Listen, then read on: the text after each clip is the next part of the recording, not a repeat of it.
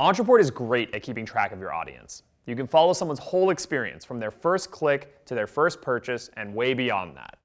This is crucial for anyone spending time or money advertising a business because you need to know what's working and what's not so that you can do more of the good and less of the rest.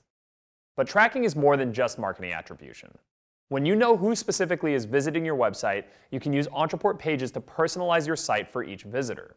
So keeping track of who's who means that you can show offers that each prospect is more likely to be interested in, or the next steps for each new customer. Or maybe you can even change your sales argument based on what problems you know each visitor is having. It's powerful stuff that can really set you apart in the market. Ontraport's tracking makes it easy, but it'll be helpful to understand how it all works, and that's what we're going to talk about in this video. It gets a little technical, but I'm going to explain everything as I go. I'll start by talking about cookies, what they are, how Ontraport uses them to identify people. Then I'll go over the 3 ways that Ontraport identifies your site visitors as they move throughout your site. Let's get started. So what is a cookie exactly? A cookie is just a little text file that is stored in each visitor's browser, whether it's on their desktop or on their phones. As the owner of your website, you can use code to write whatever you want into those little text files. Now, different sites store different types of information in there. Some sites might record a visitor's preferences and behavior so the next time they visit, your site remembers that stuff about them. Other sites remember the stuff that a visitor might put in their shopping cart, so if they leave and come back later, that stuff is still in their cart. The same thing goes for things like language preferences, login details, and more. So that's how cookies work. But before we move on, let's clear up the difference between third-party and first-party cookies. This has gotten a lot of press lately as there are some privacy concerns with third-party cookies, and browsers are changing how they handle them. The difference is all about who can access them. If you set a first-party cookie on your site, you're the only one who can view the data in it later, while a third-party cookie can be set and viewed by sites other than the one that's being visited. And that's how ad platforms like Google and Facebook get involved and where privacy starts to become an issue. There are a lot of site owners who include Facebook and Google scripts on their pages. And by setting up third-party cookies, those platforms can see basically every page that you're visiting on the web. That's a lot of valuable data that we might not want to share. As a result, major browsers are starting to block third-party cookies by default. But that won't matter for Ontraport's tracking, since we set first-party cookies. You aren't trying to track people all across the web, you're trying to keep track of your visitors as they browse your site. For the ad platforms, this is a big problem, since they won't have as much behavioral data. Their ads will become less targeted and in turn less effective. And as an advertiser, you'd wind up spending more money to get the same results you're getting now. As an Ontraport user, you dodge that bullet. As long as you share Ontraport's tracking data with your ad platforms directly, you can still get targeted results. And we cover how this works in the deep funnel conversion video. For now though, we'll focus on how Ontraport tracks visitors as they move throughout your site. The key is that we need to have that first-party cookie on a visitor's browser. We give each visitor an ID and store it in that cookie so that when they come back, we know exactly who they are.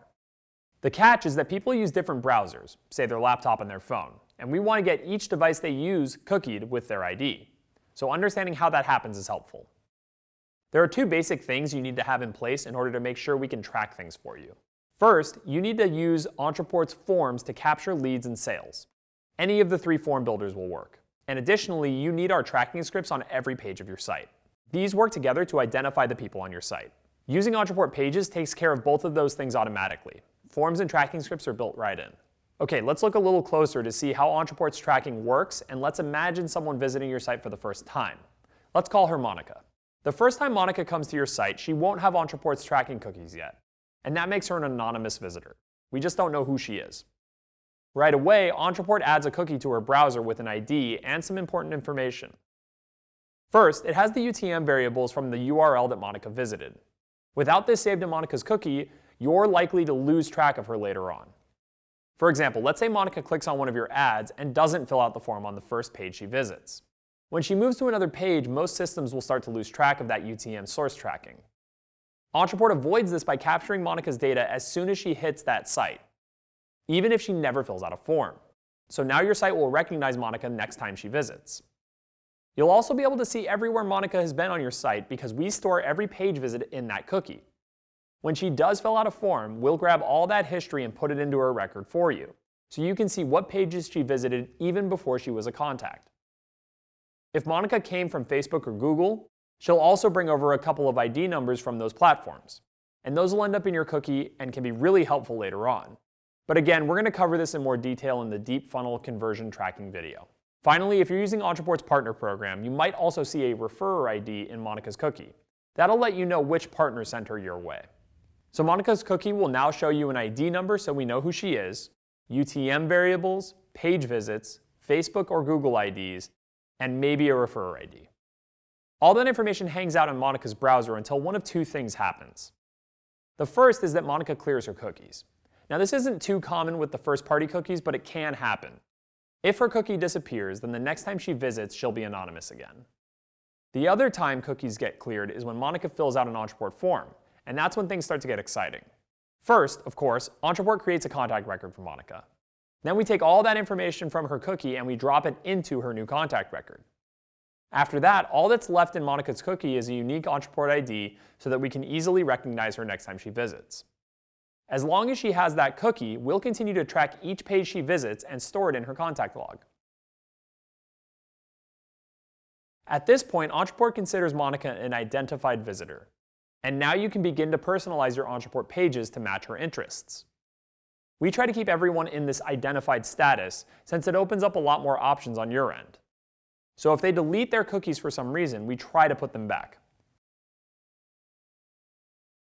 So whenever somebody clicks on an email link that you send them, fills out a form, or logs into a membership site, we reset their cookies and re-identify them. This helps you out a lot since people are always switching between their devices. Think about it. You probably check email on your phone, log into work on a computer, and use a tablet to skim the news. Without the right tech in place, it's easy to lose track of people when they're switching around like this. But as an Ontraport user, if Monica opts in on her phone, then later clicks on a link on her laptop and an email you sent her, we've got the cookies on both those devices, so we always know who's who. But there's a caveat that I have to warn you about with identified contacts. Every now and then, Ontraport can still get tricked. Let's say Monica forwards one of your emails to a coworker, and that coworker clicks a link. When Ontraport sees that, it'll tie the click to Monica's email and assume that she and her coworker are the same person. And there are hackers out there trying to spoof your cookie data as well. Normally, neither of these issues are a particularly big deal, but Ontraport Pages gives you the power to actually put Monica's data on a page, things like her name and whatever else you want. Because Ontraport can get it wrong sometimes, you want to avoid sharing your contact's personal information on pages for identified contacts. For instance, let's say Monica's coworker followed a link to a page that revealed her purchase history. Monica might not want them to know that information. What if she bought something like an ergonomic squatty potty? She might expect you to keep that information to yourself. And it can get even messier if you work with sensitive data like home addresses or credit card info. So to handle situations like this, we have a third level of identification that prevents these hiccups. When people log into a membership site, they're no longer anonymous or identified, they're logged in. That means once Monica confirms her username and password, we can be 100% sure of who she is. Now you can securely show her personal information, product delivery info, and more. Of course, if Monica shares her username and password with her friend, at that point she expects the friend to know about the squatty potty, so it's not your problem anymore. So now you're familiar with all three identification levels: anonymous, identified, and logged in. You can use these in a few places within pages. If you want to limit who gets access to a certain page, you'll choose from these three different levels. Or if you want to get fancy, you can create those settings in specific blocks on a page. Together, these tools give you detailed control over who gets to see what on your website. Good job. Now you know how contact tracking works inside of Ontraport. You've learned all about cookies and how we identify visitors and what that means for your pages.